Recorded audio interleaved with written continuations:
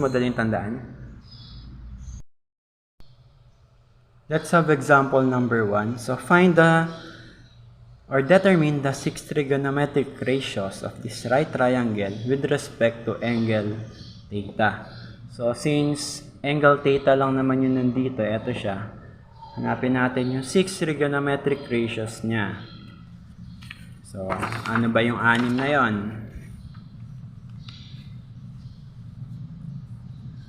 Siyempre, we will find for the sine. So, theta yung angle natin. So, sine theta, cosine, tangent theta. What else? Ano yung remaining 3? Tatandaan pa ba? So, cosecant, secant theta, and cotangent theta. So, bago natin masagutan yan, so alamin natin muna kung ano ba yung label ng tatlong sides na to with respect to angle theta. So, katapat ni angle theta, si 9. So, siya si opposite. Longest side, yung katapat ni right angle, si 15. Ang length niya, siya si hypotenuse. At yung katabi ni angle theta aside from hypotenuse, siya si adjacent. So, yan guys. So, since we have now the label for our right triangle, we can answer this or determine the 6 trigonometric ratios. Again, tandaan nyo tong SOHCAHTOA. Diba? So, SOHCAHTOA. So, tandaan nyo yan lagi. So, ibig sabihin, sine is equal to opposite, this is O. Opposite over hypotenuse. So, ano ba si opposite natin dito? 9. So, ang sukat niya is 9 over hypotenuse is 15. So, 9 over 15. Next, cosine, ka. Sa SOHCAHTOA, ka. So, adjacent over hypotenuse. So, again, adjacent is, may sukat na 12, over hypotenuse is, what is hypotenuse? 15. So, that is the cosine. 12 over 15. Then, tangent sa SOHCAHTOA ay TOA. So, tangent equals O over A, or opposite over adjacent. Again, opposite is equal to 9, and adjacent is equal to 12. So, yan yung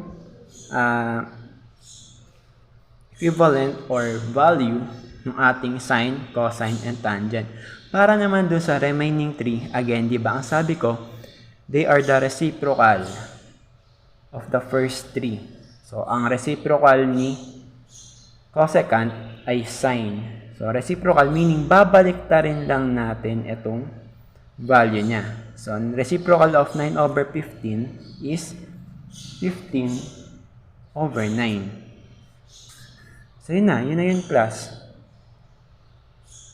Then, reciprocal of cosine is secant. So, reciprocate lang natin tong value niya. So, reciprocal of 12 over 15 or kabaliktaran nila is 15 over 12. And then, the last one for the cotangent, this is the reciprocal of tangent. So, reciprocal ni 9 over 12 is 12 over 9. So, yun lang class, ang 6 trigonometric ratios ng given triangle natin na to ay itong 6.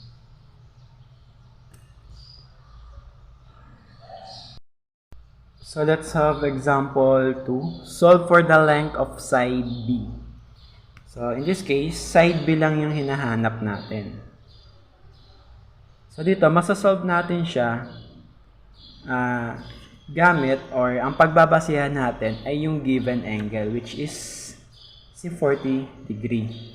So, siya lang naman yung given angle, yung may sukat aside from angle, right angle. So, siya yung, dyan tayo magbe-base. So, labelan muna natin. So, if this is 40 degree, this side or side B is the opposite side or O. And then 5 naman siya naman ay si hypotenuse kasi siya yung longest side or yung katapat ni right angle. So ang given natin guys ay O and H. OH. So natatandaan niyo SOHCAHTOA. So sino siya doon? Siya si So, 'di ba? Siya yung may opposite and hypotenuse si sine. So, SOHCAHTOA. So, ang gagamitin natin dyan ay si sine theta is equal to opposite over hypotenuse. So, isolve natin siya, class. So, yun nga, ang gagamitin natin ay sine theta equals opposite over hypotenuse. So, substitute lang natin. So, sine theta, again, class yung theta, ito yung angle natin. And since our given angle is may sukat na 40 degree, so substitute lang natin siya kay theta. So sine 40 degree is equal to opposite, which is B, over hypotenuse, which is may sukat na 5. So we need to solve for side B, di ba? So para ma-solve yan, since nasa denominator to, cross-multiply lang natin. So, 5 times sine 40 degree is 5 sine 40 degree. Okay, kin-cross-multiply lang natin itong dalawa. Is equal to B. So, yun lang naman yung kailangan natin. Kailangan natin yung missing side ay siya lang yung matira dun sa isang side na to. So, yung other mga values or other terms, so kailangan nasa isang side lang siya. So yan na.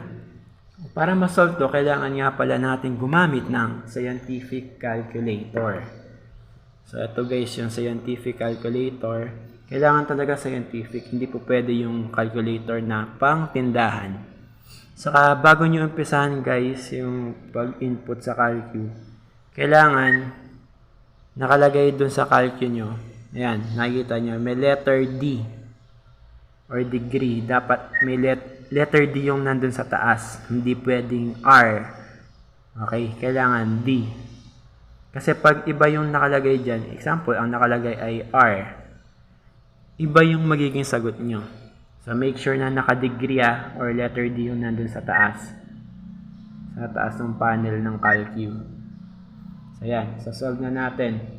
So, input lang natin to guys sa calculator. Ito, para ma-solve si B, input lang natin to. Yan na yan mismo. So, input natin. So, press lang din natin yan. Pindutin lang natin. So, input natin sa press 5. So, 5. Press 5. Then, sine 40 degree. 5. Ayan si sine. Hanapin nyo lang. Sine 40. Ayan. 40. Ayan. Sumobra. 40. Then degree. Hanapin nyo lang. Ito si degree guys. Itong may degree. Tapos apostrophe. Tapos double apostrophe. Ayan si degree, minute, seconds. So pindutin nyo lang yan para magka-degree. Yun na siya guys. Tapos equal sign lang. So, ang lumabas sa sagot ay 3.2139380 and so on. So, round off lang natin ng 2 decimal places. So, the answer is 3.21 pag ni-round off. So, the value of B is equal to 3.21. So, ganun lang kadali yun guys. So, kailangan nyo talaga ng scientific calculator. Okay, let's have example 3. So, determine the measure of angle theta. So, here, class, ang hanapin natin itong angle na to, si angle theta. So, again, labelan natin yung mga sides. So, if this is angle theta, 10 is the hypotenuse, and then 6 is the adjacent. Siya yung katabi nito, ni given angle. Hypotenuse yung katapat ni right angle. So, again, ang given natin ay A and H. So, sa SOHCAHTOA, sino yung may A and H? Si K, di ba? K. SOHCAHTOA, yung may A and H. K. So, ang gagamitin natin is cosine theta is equal to adjacent over hypotenuse. So, let us solve this triangle. Hanapin natin si angle theta. So, again, gagamitin natin si cosine theta equals adjacent over hypotenuse. Substitute lang natin. So, cosine theta, theta yung hinahanap natin. Adjacent natin is 6 over H. Okay? H natin is 10. So, divide lang natin. Cosine theta equals 6 divided by 10 is 0.6 or 0.6. So, dito, again, gagamit ulit tayo ng calculator. So, ang hinahanap natin, class, ay angle. So, hindi to katulad kanina. Kanina kasi, side yung hinahanap natin sa example 2. Ngayon, example 3, angle yung hinahanap natin. So, para makuha to, ay ang pipindutin nyo, hindi basta-basta cosine. Pag angle ang hinahanap, gagamit kayo ng shift. So, yan yung una nyo ipe-press, shift. Tapos, press nyo si cosine. Tapos, press nyo tong 0.6. And then next, equal sign nyo. Pagkatapos ng equal sign, hindi pa yun yung sagot. Pindutin nyo si degree, minute, saka seconds. Yung gantong key dun sa calculator. Tapos yun, makukuha nyo yung sagot nyan. Okay, basta sundin nyo lang to. So, gamit ulit tayo ng scientific calculator. So, again, una, press nyo si shift. So, shift. Ito. Yung shift nasa upper left corner. So, shift. Yan. Pag pinindot nyo yung shift plus, may lalabas na S dun sa taas. Yan. Hindi na makita. Yan. May lalabas na S dun. Naka-shift na yon. And then, cosine. Pindutin nyo si cosine. Yan. May lalabas dyan na cos raised to negative 1. Yan yung lalabas kapag shift cosine yung pinindot nyo. And then, 0.6. Okay, enter lang natin. 0.6 yan. So, equals. So, pag in-equals nyo, ito yung lalabas. Naka-decimal form pa siya. So, hindi pa yan yung sagot. Kasi kailangan degree yung lalabas sa atin. So, yan. And then, final, para lumabas yung degree, pipindutin nyo to. Itong key na to. Si degree, minute, second. So, pindutin natin. So, yun. Ang lumabas ay 53 degree, 7 minutes, then 4.37 seconds. So, yun. I-round off natin to class sa nearest degree niya sa degree. So, kailangan hanggang dito lang yung sagot natin. So, paano ba mag-round off niyan? Di ba yung kasunod ni 53 degree? Ito, sulat natin. Di ba ito yung nakuha nyo?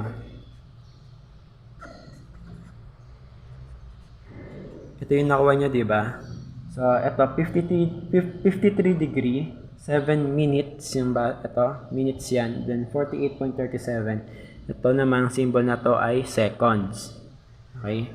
So, kailangan, nearest degree lang tayo. So, doon kayo magbe-base kay minutes. Okay?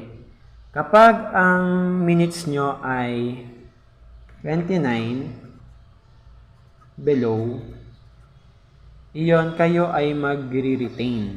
Ibig sabihin, hindi nyo babaguhin si degree. Pero kapag ang minutes nyo, ito, ay 30 above, so magpa plus 1 kayo. Add 1 or plus 1 dun kay degree. So, ito yung minutes natin, di ba?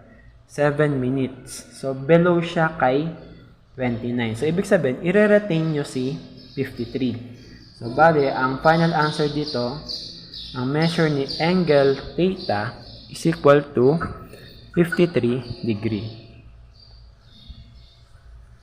So, retain lang siya kasi 7 minutes lang yan. Okay? So, 53 degree. Pero, for example, naging ano to, 30 or 31 or above 30, magpa plus 1 na kayo dito, magiging 54 na siya. Okay? Now, let's have the fourth example, our last example. So, find the measure of angle A and angle B. So, dalawa yung hinahanap natin. So, sagutan natin yan one at a time. So, unahin muna natin si angle A. So, itong angle na to. So, dyan tayo. Labelan muna natin according to or with respect to angle A. So, if this is the angle A, 9 is this is the opposite side, si 9. And then, 12 naman siya Sino class? This is the adjacent. Okay? So, we have O and A. So, sino sa SOHCAHTOA yung may O and A? Si TOA. Or, tangent theta is equal to O opposite over adjacent. So, yun yung gagamitin natin para ma-solve si A.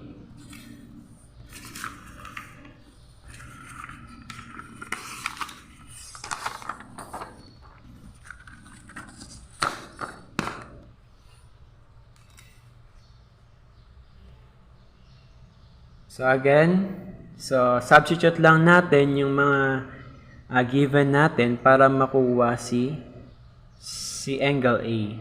Sa tangent, theta. So palitan natin si theta. Since A yung hinahanap natin, this is tan A. Okay? Kung ano yung hinahanap na angle, yun yung ilalagay nyo. So tangent, opposite, that is 9.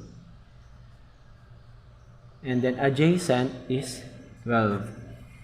So, simplify lang natin yan. Gumamit kayo ng calculator. 9 divided by 12. So, copy muna natin. 9 divided by 12 is 0.75.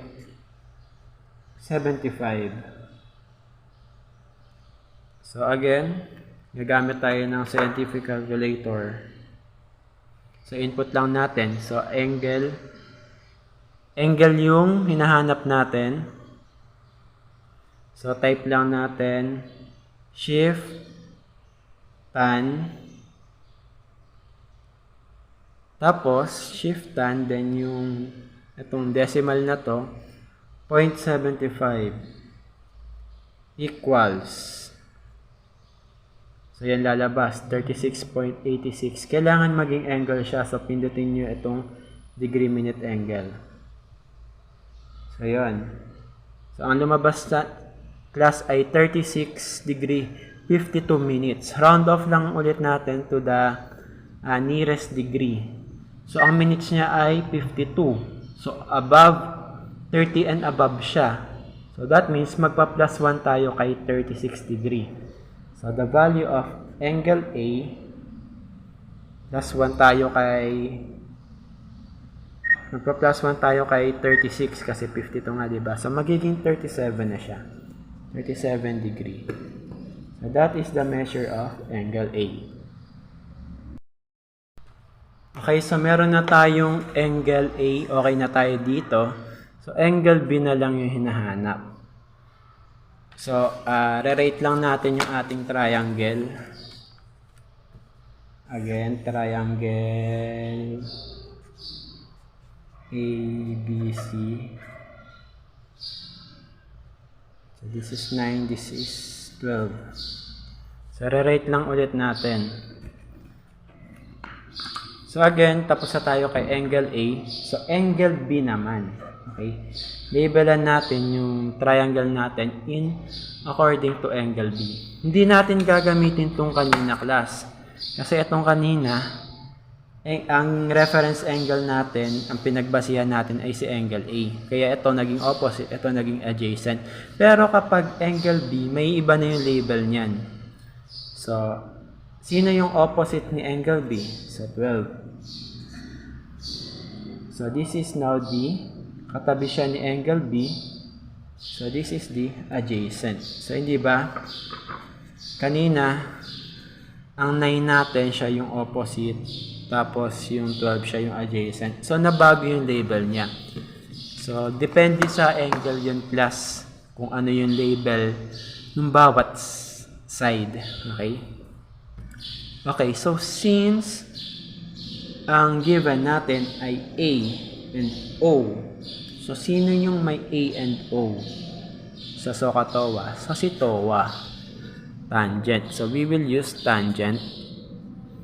Theta equals opposite over adjacent. So, yun yung gagamitin natin. So, solve na natin siya, class. Again, we will use the tangent. So, substitute lang natin sa tangent. Theta. So, ang hinahanap natin ay si angle B. So, tan B equals opposite. Opposite is 12 over adjacent, which is 9. So, simplify lang natin. Tan B. Okay, so 12 divided by 9 plus 12 divided by 9 is, so gumamit tayo ng calculator para sure. 12 divided by 9 equals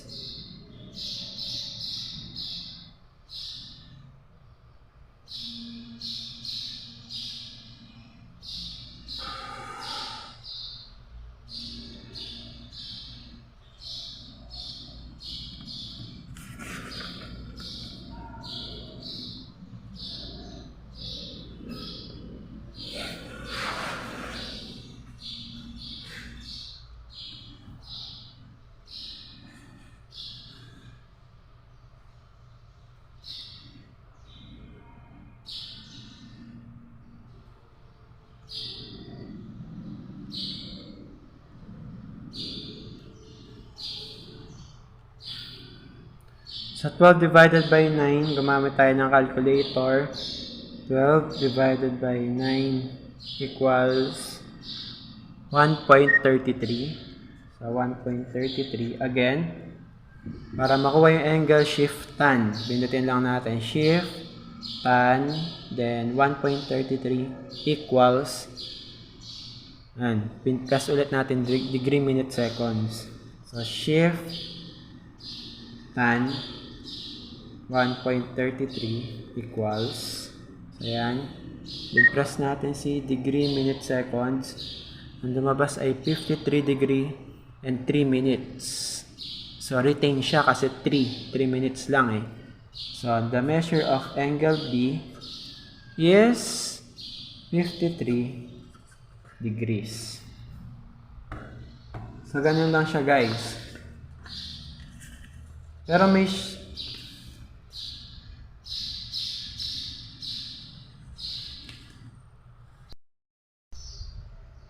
Pero class, may other solution pa tayo dito. So, hindi ba kanina, dun sa yung unang sinolve natin si angle A, ito, ang nakuha natin na value niya ay